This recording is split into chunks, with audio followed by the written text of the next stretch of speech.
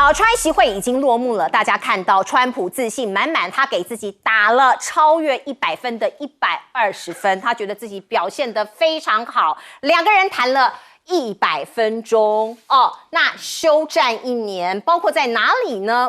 贸易战，包括我们可以看到稀土啊、港务费啊，停战1年哦，大家暂停，先休兵吧。可是真的休兵了吗？台面下恐怕不是的哟。我们看到美国的贸易代表格里尔就说，301条款还在进行当中，我们还要查所以今天100分钟，美中关系所有的问题不可能一下子就解决的。那当然，我们也知道100分钟扣掉翻译的时间，两个人谈的并不多。那另外呢，习近平说，中美之间应该算大账，避免相互报复，所以两个人约定了4月份在北京再见面。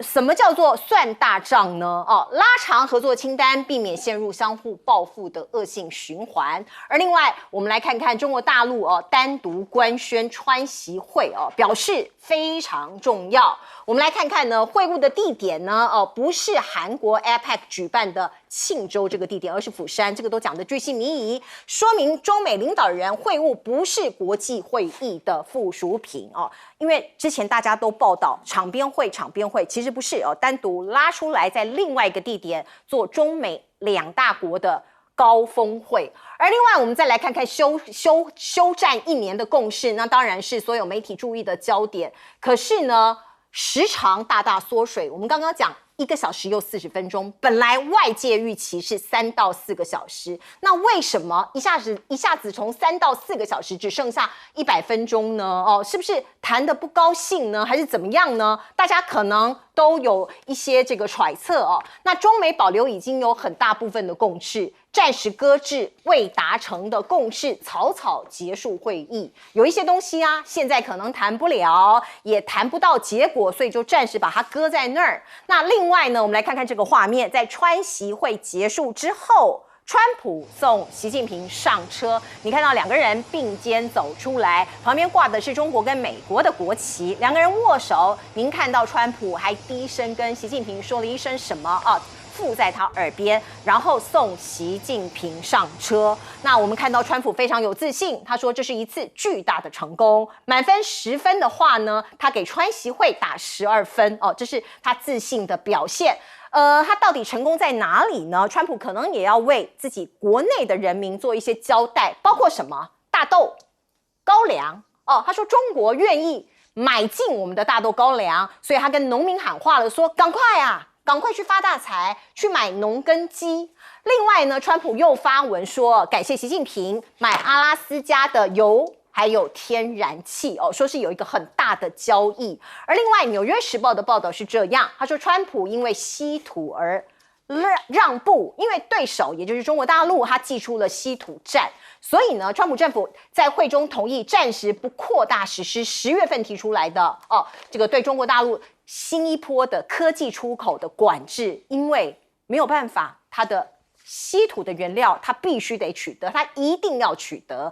而另外呢，《纽约时报》特别讲了，外界认为北京成功迫使美方在稀土问题上面让步那某种程度来看呢，北京在这一次也取得了一个很大的成功。另外，我们看到中国大陆没有做太多让步这个是纽时看川习会，我刚刚讲了，他们认为川普看起来表面上好像赢了面子，你看中国大陆跟我们买大豆了呀中国大陆各种方方面面可是你输了里子，因为中国只靠着2招，我刚刚讲停止买你的黄豆你这个黄豆我就不进口了，还有管制稀土出口，这2件事，这2招就让川普某种程度往后退了。来请教赖老师。这一次是很难得的这个美国的主流媒体跟大陆的主流媒体都有一致的共识。这个共识就是这次谈得很好，但是问题就在于川普输了，习近平赢了这是很难得的两方都共同的共识。也就是说，不管是《纽约时报》、CNN 还有美国的主流媒体都认为这次中方打了一个胜仗。那美国输得还蛮惨的这个最主要是这样的，因为格里尔虽然说事后又放出狠话来，可是已经由不得格里尔了为什么说由不得格里尔？因为这个稀土的条例还在，没有拿掉。只是说本来是12月1号实施嘛，那目前的协议还没有签哦，等签完了以后，那也就针对美国这个部分，可能往后延1年左右再实施。可是条例还在了，也就是说原本是没有条例的，没有稀土管制条例，但现在已经有了稀土管制条例，而且它就像一把悬在头上的剑，它随时可以砍下去。那为什么说随时可以砍下去呢？因为如果美国的这个最高贸易谈判代表，或者是商务部，或者是 BIS，然后又对于中国大陆的企业，或是对科技出口的管制又开出清单了，就是说又制裁哪一些企业，又制裁哪些企业的话，那这个稀土的管制条例就随时生效了。为什么？因为当时就讲好，就是你停我停，你不停我就动。那所以这把刀子都还在美国人的头上。那要什么时候这把刀子才会钝了，才会失效？就是等到你美国把稀土做出来，然后你美国已经拥有完全可以满足自己的稀土。一旦你美国拥有自己可以完全满足稀土的时候，你就天不怕地不怕了嘛。你为什么还会怕中国大陆？不会怕了，因为你已经有太多稀土了，所以你就不怕。可是问题就在于你还没有啊，你现在没有啊，那你在不久的将来可能有没有？没有啊。5年呢，也可能还是没有啊。10年呢，那或许了。因为这是大部分的懂稀土的这些真正的专家他们所提出来的说，你要5年内美国跟整个 G7 团结起来，5年内做出能够中国大陆那样高水平的稀土，而且能够完全满足自己的需要，他们觉得5年都很紧张，所以他们没有把握说5年可以做下来。因为第一个就是你到底要投资多少钱下去，100亿美元还是500亿美元还是1000亿美元？可是问题是稀土不值钱啊，稀土是很重要，没有它你活不下去，可是它并不值钱。所谓的不值钱，就是说它没有办法像Meta 啊，或者像黄仁勋的这个 AI 的晶片赚那么多的钱了，因为他赚的是很辛苦钱的，是啊，而且是高污染的钱的。那这个是辛苦钱，可是它的经济产值坦白说也不大，1年可能不超过100亿美元，可是却很重要，很重要。你没有它不行。是。那现在的问题就在于，你美国跟 G7，你们要不要污染自己的土地？投下很多的水、能源，然后对人体有害，最后提炼出你所需要的稀土。是。那这个部分没有人有把握。好，可是问题就在于说，一旦这个没有解决的情形下，那这把刀子就随时可以砍下去。美国坦白说无招，他也动弹不得。所以格里尔讲的那话没效。那为什么大家都会评估说这次大陆是赢了？因为你看啊，美国白宫它是率先发布说10月30号，举行的地点是在庆州。10分钟后，中国大陆的官宣，外交部宣布说这个10月30号。2个国家元首会议啊，是在釜山，对，结果那个答案揭晓是在釜山，不在庆州，那就打了这个白宫的一巴脸了。那换言之，也就是说，为什么会出现这种美方说在庆州，中方说在釜山，最后在釜山？那因为川普本来在釜山。可是习近平的飞机是从北京直接到釜山，不，那个川普是在庆州。可是习近平的飞机直接到釜山，那你等于是你川普必须要坐的车1个多小时的路程，跑到釜山去见习近平。那这一开始的态势，其实大家都看得明白了，就是说对于这个川普来讲，已经处于谈判的弱势地位。那整个会议的过程里面，大家都感觉到说，连最后出来的时候，你看。先进场的是川普，等了大概10秒钟不到，那么习近平才进场，所以等于是川普在迎接习近平。结束以后，2个人并肩出来，是并肩出来的时候，车子等是习近平，等的不是川普。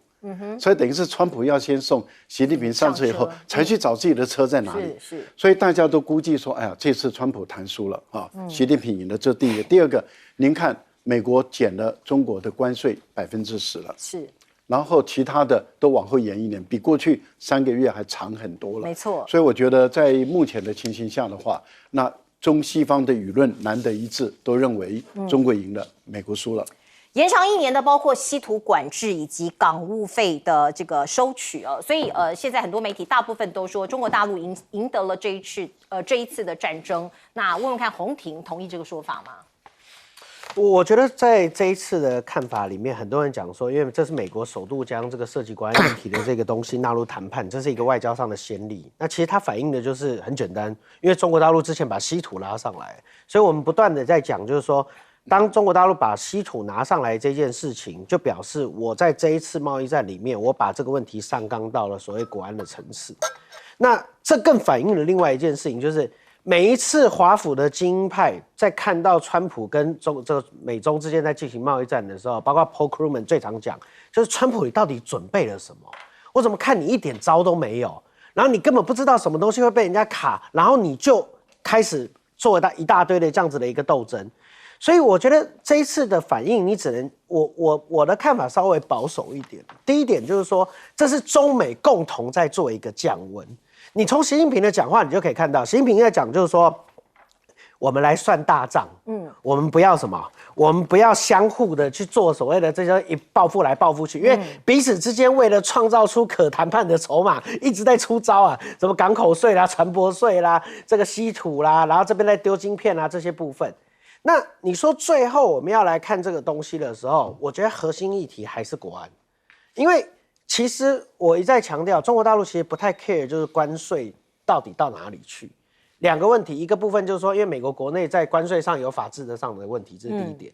第二点是，只要符合 WTO 的非歧视性原则，所有人缴的钱都一样。其实对中国大陆来讲，他觉得说那成本最后就是让你消费者去转嫁，但他重视的是什么？你要钱可以，要命不行。什么叫要命？就你如果要卡死我的关键东西，特别是什么？所以关键在哪里？就是晶片。对，所以 Blackwell， 我觉得 Blackwell 接下来到底会是什么样的状况，取决了中国大陆在这一次有没有权益。如果 Blackwell 也放开了，那我个人认为就是说，那就是整个中国在谈判的过程中完全抓到了美国的软肋嘛，就是说你不给我晶片可以啊，那我就卡死你稀土，大家一起死嘛，都不要，你不要我也不要。那如果到最后 Blackwell 还是在摇晃的过程当中，那没有一个定数的时候，那你只能说双方彼此之间持平，那就接下来看延长赛。但我觉得观众朋友要了解一件事，就是以中国大陆的政治体制来讲，所有的共同协议、共同声明，甚至任何的这些比较大的谈判的这些 deal， 绝对不可能在外国，一定是要在他自己的场合里面。因为他就是一个比较行礼如仪的人，他没有办法接受他的领导人像普丁一样，跟川普一样，两个一起在这个国外，然后直接问了，直接被 ambush。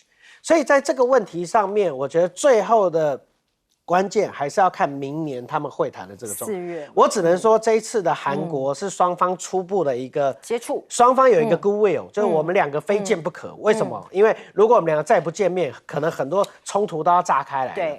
只是就是说到最后我们到底能谈成些什么，那就等到这个川普到北京再来说。可是光是川普到北京这件事情，我觉得对中共跟对习近平来讲就非常有意义。因为在他迈向第4任的任期的时候，他把所有的国家甚至所有的领导者几乎都邀过去了，展现出他是大家的一个对手，也是大家的朋友的这样的一个态势。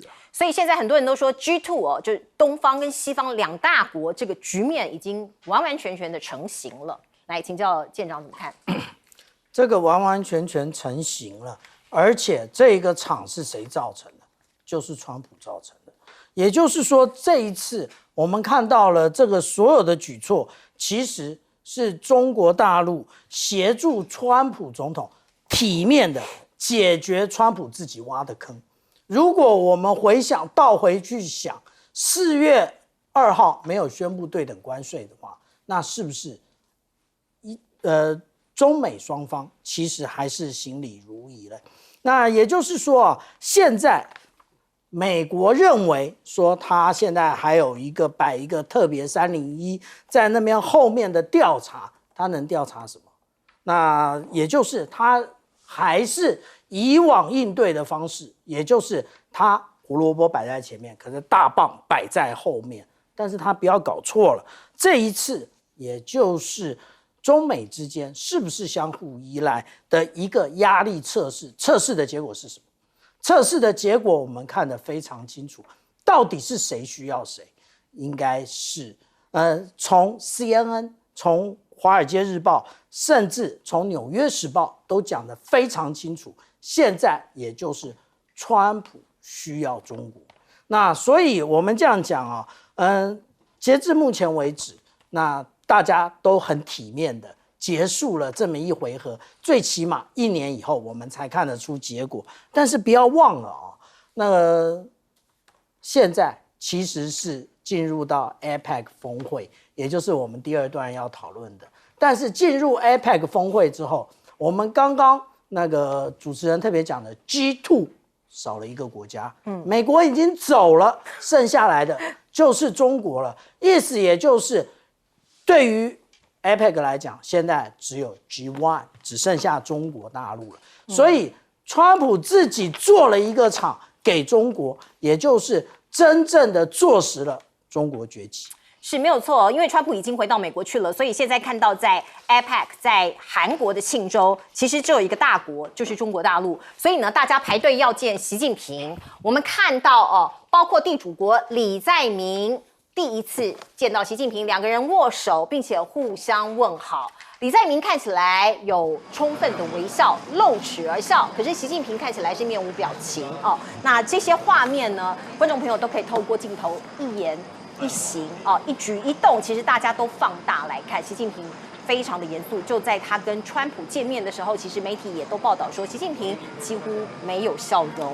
那我们看到呢，李在明有发表一些说法，他说愿意跟习近平一起推动中韩互惠的合作。那就在习近平访韩前夕，其实他都已经对媒体讲了说是中韩互惠的合作要打造一个让2国民众可以切身感受到的成果，而南韩的这些大咖我说的是商业界的大咖，也排队想要见习近平包括在 APEC 峰会的最后一天，习近平将会跟中韩企业家共进晚宴。在南韩的企业家部分呢，你可以数得起来的、排得上名的，三星电子的李在镕、SK 集团的崔泰元、现代汽车集团的郑义薛，以及 LG 集团的具光墨这个韩国的大咖的企业家都是座上宾。而另外，川普跑去哪儿呢？他回到美国过他的万圣节 Halloween 这个很重要啊他对小朋友这个发糖果。那这是在这个 Halloween 结束前几个小时，他终于赶上了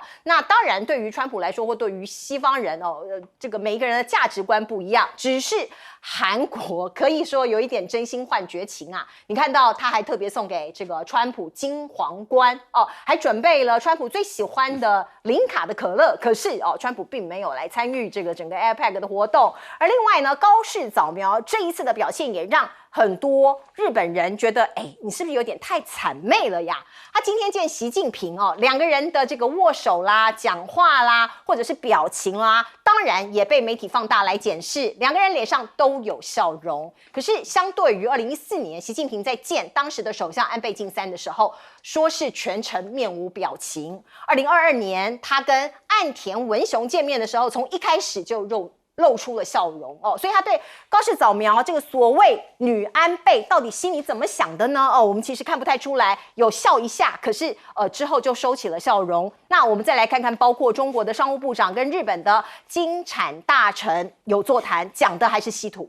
因为稀土对全世界来说都非常的重要，我们在上一节已经说过了。而另外，日韩首度这个所谓的高理会，2国的元首领袖来做一个这个穿梭外交这样子的 APEC 的一个国际的峰会、国际的盛会。那当然，这些领导人要谈国家的利益，可是有时候你的一些动作也会被国内的民众来批评，像是高市早苗他突然在跟李在明会晤之后，2个人握手，也拍了照，他转身向韩国的国旗鞠躬那有人就觉得说，你这个动作可能对于日本人来讲觉得怪怪的那也有人说，之前日本人羞辱尹锡悦，说他对日本的国旗鞠躬，现在回力镖来了，因为这是上一届的总统做的事情。而另外，我们再来看看高市早苗对于川普总统，那更是有人就是用谄媚外交来形容。你看到他们到这个横须贺港去绕军的时候呢，高市早苗是伸出了他的手，很开心呐，好像在参加 party 一样哦。那也许他是受到现场美军的一些气氛的一个这个感动或者是响应，所以他有举手挥手喊耶耶，这里是日本哦。那我们看到日本有100个以上的美军基地，在那些美军面前哦，由支持率低下哦，美国国内正在举行反川普大游行的统领的介绍日本首相哦，他开心的蹦蹦跳跳喊耶哦，他们觉得很悲哀。这是日本的网友，我们只是举出一个例子来说哦，因为有些网友是觉得这样子有一点丧权入国这样子的一个感觉。而另外我们来看看呢，与其说是同盟，不如说是服从哦。也有网友这样讲，说这里是东京哎，你奉献给这个川普总统的是美国米。给他吃的是美国的食物哦，完完全全没有凸显这个日本人或者是日本在地的一个特色跟优势。而且你看到高市早苗在跟川普总统互动的时候，看起来小鸟依人，是个小女人。可是不要忘了，你是日本的首相哦。你看到很多的网友就剪辑了2个人互动的影片，认为高市早苗这些举措，其实在国际场合上来看都非常的不宜。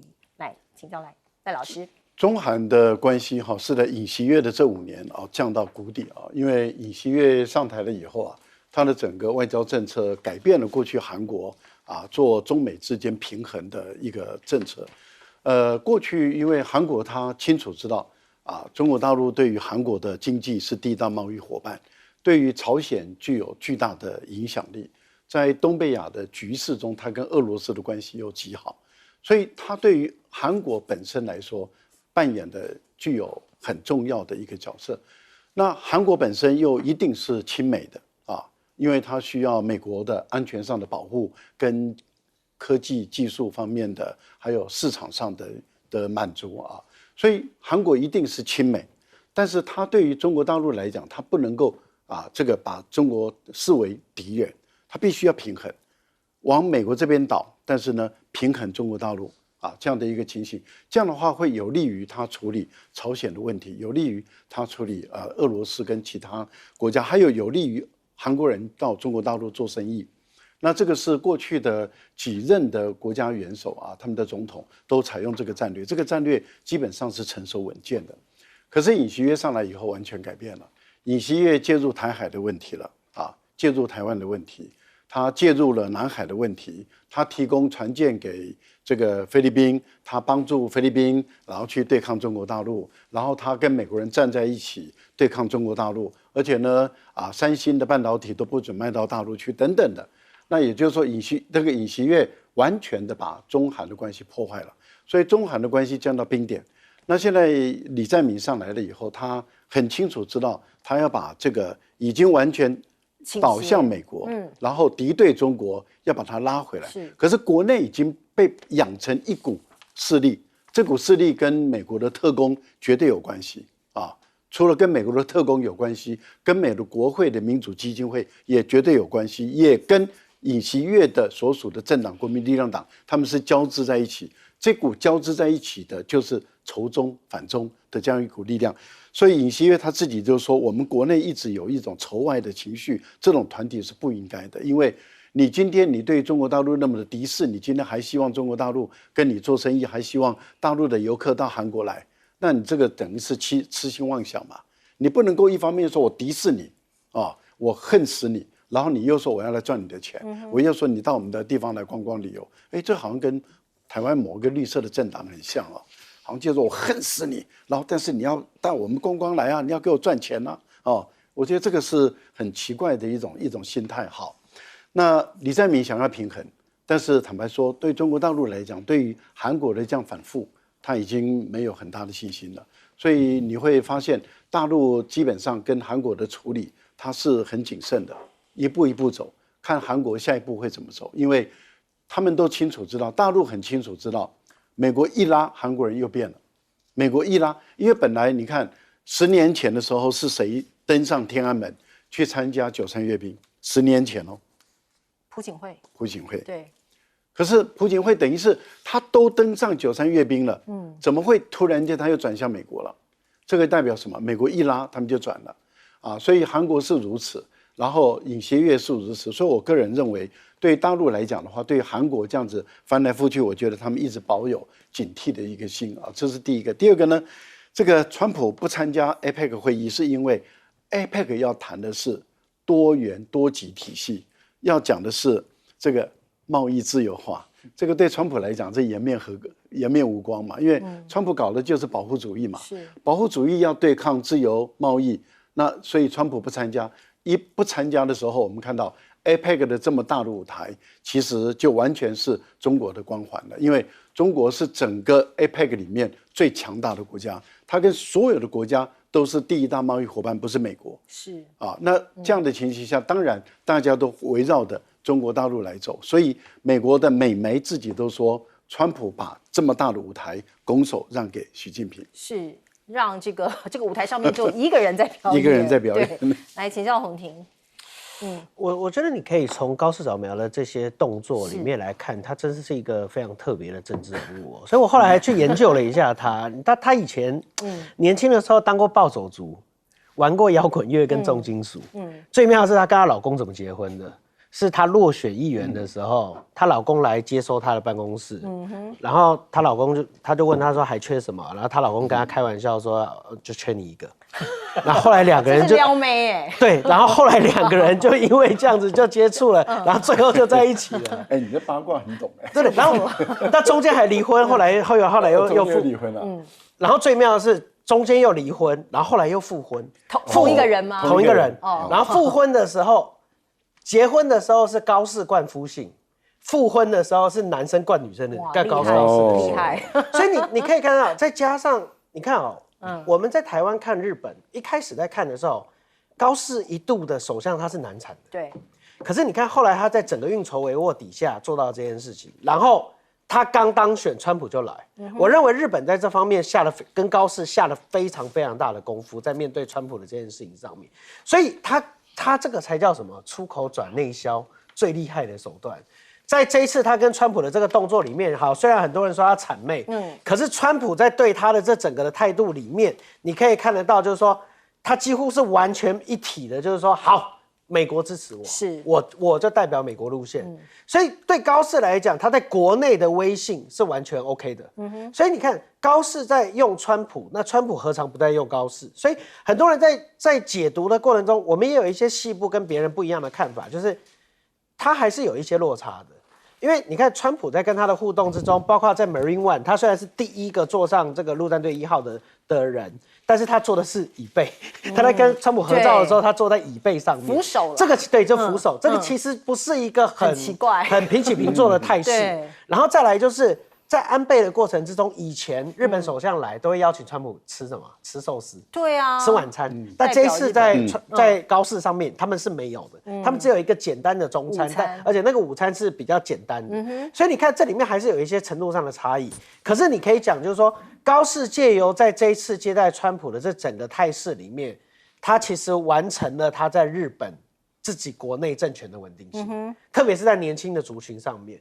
所以在高市，我觉得高市这个人你真的不能小看他。还有就是说，我觉得他展现了一个态势，我真的也希望就是说，假设民进党真的要学，赖清德真的要学，你好好学。真的拍马屁是这种拍法，谄媚也要谄媚这样像一点，而不是什么在外面在那边讲说，哎呀，什么人家想要这个诺贝尔奖，然后就说，哎，你把我也解决了，你才有办法拿诺贝尔奖，就是拍马屁拍不到点上，还拍在马腿上。所以真正的国际政治是非常非常复杂。你看高市用了多少的功夫把川普直接抓过来，然后稳定他自己国内的这样的一个态势以后，然后又转向到了 APEC， 他整个等级是不一样的。洪庭到底是在讽刺还是真的给赖清德这样建议？我都有啦，都有。就说你要做，你真的要做，拜托你做到底嘛，做足，对不对？不要做到一半。对啊。对啦，的确，我其实也蛮认同洪庭的说法的。你至少要有贡献吧？如果说是对国家有实质利益的贡献的话，那牺牲自己一点被骂可能还没有关系。而且你一定要拿到些什么？我还再次强调，这一次赖清德里面有一个重点是，他一直告诉我们说关税谈好了，可是现在呢？都没啊。这个很怪啊。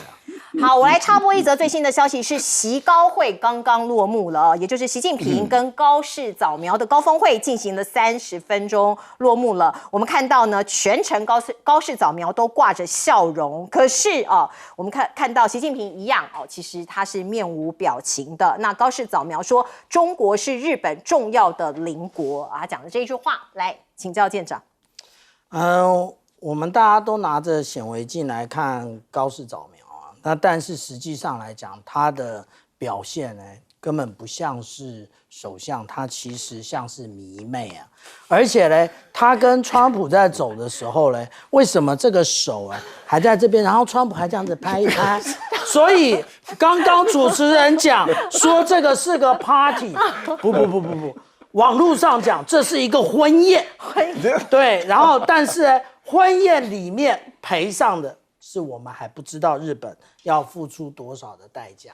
那至于说我们大家讲到说，有关于为什么习近平主席看到这个高市他还面带，就是说脸色比较和缓因为高市早苗以往他是非常右倾的，而且他一天到晚到靖国神社去，但是从他担任自民党党魁到目前为止没有这个风声。那这个也就是习近平主席对于他目前的表现的一种肯定。但是我们看到另外一边，也就是李在明，那可就没有什么好脸色了。为什么？因为第一个，我相信93的阅兵一定有邀请韩国，可是你没来。那你没来也就算了，你现在还搞了一个有关于核动力潜舰，那是我们下一趴要讲的。可是这一个问题马上就会回到这个回力球，马上就会打回日本。为什么？当你韩国有这样的一个装备的时候，日本难道不想吗？这个其实是我们讲到当年拜登任内的一个延伸威慑的一个手段，也就是美国出动核攻击或者是战略核潜舰，可是现在让你韩国自己做，那做了之后，日本需不需要？他一定会想要。为什么？因为安全困境，因为安全困境他也会想要，所以这个问题未来就会考验东北亚的重要两国。另外还有一个问题，也就是韩国明天要跟中国大陆一起共商韩半岛无核化的这个事情，不要忘了有一个没有出席的第3个领导人，也就是金正恩，他可是不断的在追踪这个新闻的。是，刚刚舰长讲到核半岛，就是韩半岛无核化这件事情，可是美国却反其道而行。我们看到川普前一阵子他下令要重启核试，他选在这个时间点，《纽约时报》说非常的诡异。如果真的要这样执行的话，是美国33年以来第一次进行核试因为他已经很久没有做这件事情了。那《纽约时报》还特别指出来说，中国大陆其实在新疆这里包括罗布泊核试验场，他们认为在重启某种建设工程这是透过这个卫星的这个图片来判断的。他说可能在地下有核试验的新隧道，有助于中国研发新型的核武器。那是不是美国因为搜集到什么样的情报，所以他们也要做相关的一个核试验呢？或者是核试？那我们再来看看刚刚的核潜艇，这是川普他同意在韩国在美国制造核潜艇，还需要10年才能够完工。这是来自于韩国海军作战司令江东吉，他礼拜4在美国的听证会上指出，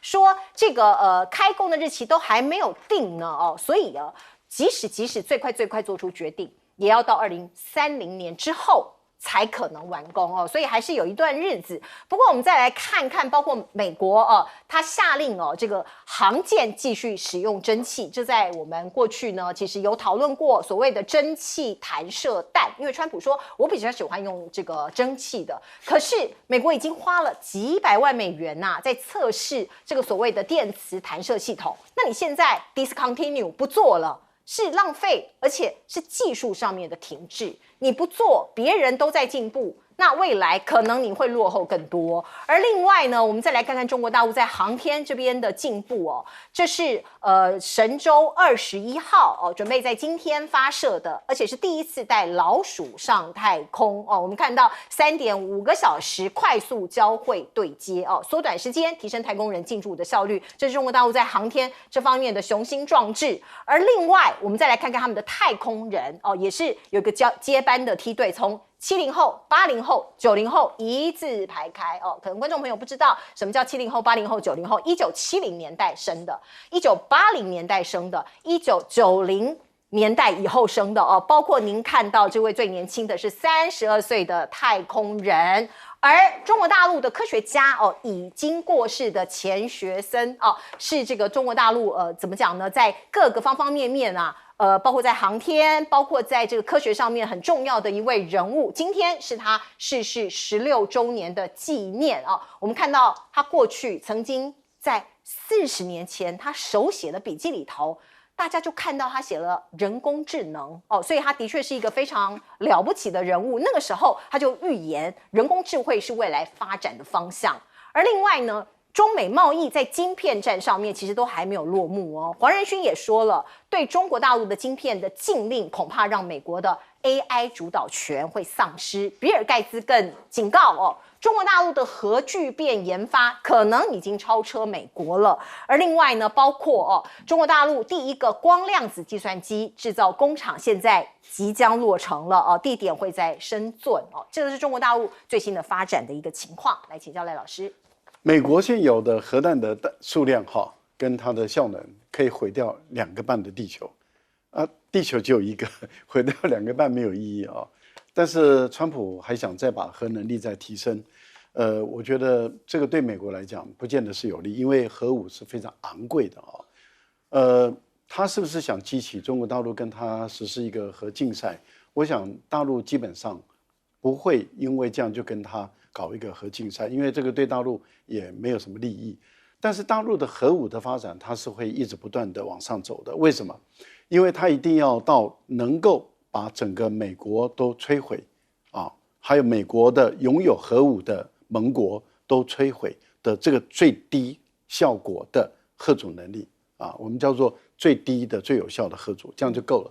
因为再往上走的话，你说地球就一个，你毁掉2个地球，真的是没有太大的意义。但现在的问题是过去中国大陆的核武的使用原则就是说，不对没有核武的国家使用核武，不首先使用核武啊。那问题就在于说，没有核武是怎么界定？过去我们都很清楚的知道，美国有核武，然后英国、法国有核武，可是现在澳大利亚已经拥有核动力潜舰。有核动力潜舰，它理论上讲装上核弹头的载具，它就可以发射了。所以一般来讲，广义的界定已经把澳大利亚界定为拥有核武国、准核武国的这样的一个情形。那换言之，也就是说，就变成可以打击的一个对象，可以用核武打击的对象。本来是核弹头不会瞄准澳大利亚，那现在澳大利亚变成可以被瞄准的一个。韩国如果也做这个核动力潜舰的话，那朝鲜半岛的无核化就破坏了。朝鲜半岛无核化一破坏以后，那还能不能制裁这个朝鲜，就是北韩？这个就在联合国上就有争议了。如果美国还要维持对于韩国那个北韩就朝鲜的一个制裁，他基本上站不住脚，因为他已经开始在帮韩国打造一个拥有核装置的军事武器。那这样的情形下的话，中国大陆跟俄罗斯等相关的国家可能就不会再理会美国的要求，那么也就是跟朝鲜恢复正常的经贸关系。这个对于韩国来讲是非常有力量的，因为对朝鲜来说这是非常有利的。我觉得韩国要打造这个核动力潜舰，其实应该再三思考，你到底有没有这个需求啊？那韩国的企图心很大，那日本现在也保持警惕了，因为对日本来讲，日韩彼此之间在过去曾经这个交战过，韩国被日本殖民过37年，所以对日本来说的话，他知道韩国国内还是有一大批反日的这些人在那因此，当韩国拥有核动力潜舰的时候，日本是不是也应该要有？我想整个东北亚的核武的均衡可能就破坏了。我觉得美国的川普这个决定可能要再三考虑。另外您提到中国大陆的太空发展，特别您提到了把重点放在3.5小时太空对接，这多快的速度啊！那这代表什么？代表中国大陆的太空科技的技术已经到相当的惊人的地步。也就是说，我从发射到接上太空站3.5小时，我们从台北坐火车到高雄都不止3.5小时了。那这个反映出来的讯息就是说，原来从地球到太空站的时间都比台北到高雄还近，还近哦。对，其实本来是远，是蛮近，但是现在变成更近，因为它更快，因为时间上是更缩短，时间更缩短了。那这个代表中国大陆的这种太空科技的技术的进步真的是太惊人了。那这个对于太空人的生理上的负担就大大减少，因为我们都知道，如果你在太空船待太久，然后一直在绕，然后再找到太空站去衔接我们的生理上的一些需求我们就必须要克制嘛。但是你对接的越短的话，那么太空人的身体的舒适度就越好，这代表这种能力就越来越惊人。然后中国大陆的太空事业，你看一代一代的太空人一直出来，这真的是代表他们很年轻化。相对来讲，美国的太空事业太老了，平均55岁，平均55岁，大陆才30几岁。是我们看到今天亮相的3名太空人张陆、张鸿章跟伍飞其中最年轻的只有32岁。来，我们进一下广告。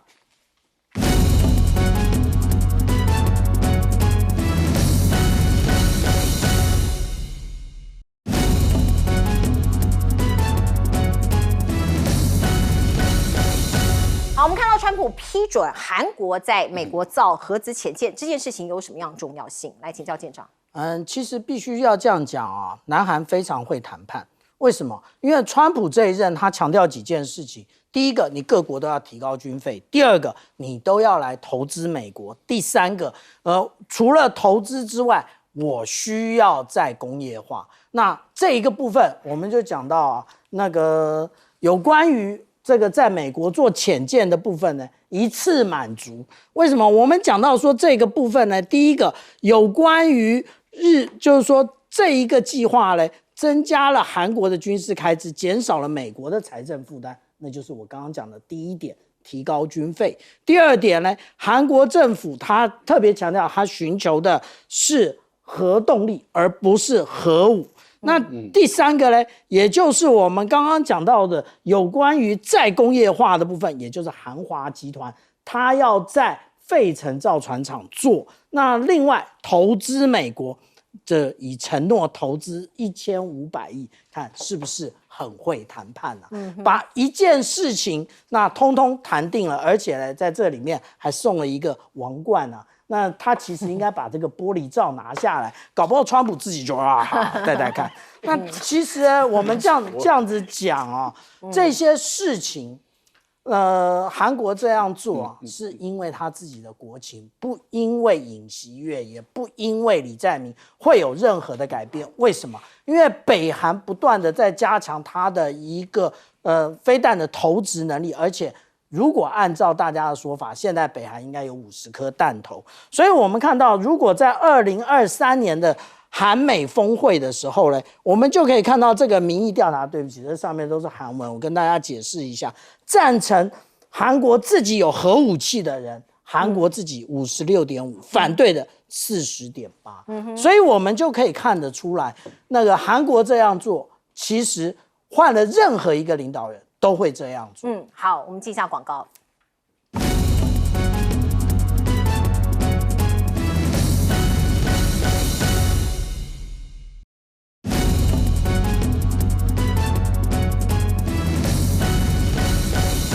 好，航母上的舰载舰到底要怎么弹射？川普说他喜欢用蒸汽的。来，其实我很认真的查了这件事情，我发现很奇妙，就是说川普其实技术上这是完全的技术倒退，可是他为什么要做这件事情？你去查这家公司，你就知道答案了。这个公司叫 Babcock and Wilcox， 那这个公司上市的然后他过去因为美国的航空母舰不再用蒸汽弹射了，所以他失去了一个最大的这个所谓的这个购买者。然后呢，它的股价跌到翻掉，它的军工部门甚至要宣布倒闭。结果后来一查，他军工部门真的宣布倒闭了。它的股价在川普审判日的时候跌到0.5块美金而已。哦，但是呢，最近川普他倒闭以后，川普宣布说我要重启。所以然后你再去看这家公司在哪里？这家公司在 Ohio。Ohio 明年要期中选举。Ohio 之前的议员是谁？大家都不知道，对不对？谁 ？JD Vance。所以我要守住，我在政治上我一定要守住副总统的选区，这是一个。可是拿国防来赌然后没有，这不是拿国防来赌。然后 Ohio 是什么？Ohio 是很重要的一个期中选举的关键摇摆州啊。然后再加上，这在政治上都合理，在经济上也合理啊。川普过去透过美国的破产法 Chapter 11，复活了多少次？这家公司我根本认为就看起来这个部门是什么？故意破产。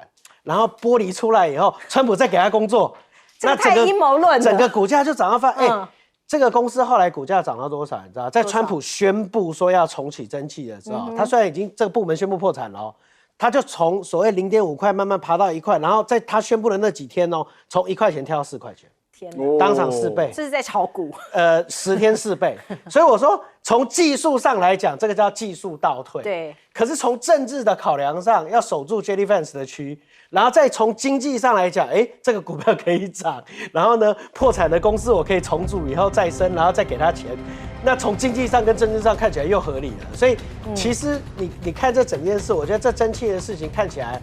这是川普最在行，所以他真的是来真的吗？还只是讲讲？我认为是来真的，来真的因为他要救这公司啊，对不对？但是那之前的这些电磁弹射系统怎么办？我觉得电磁弹射还是会继续用啊，他们有说不用电磁弹射啊，他只说要共存啊，所以我觉得这个在你没有办法，这个很难共存，没办法共存。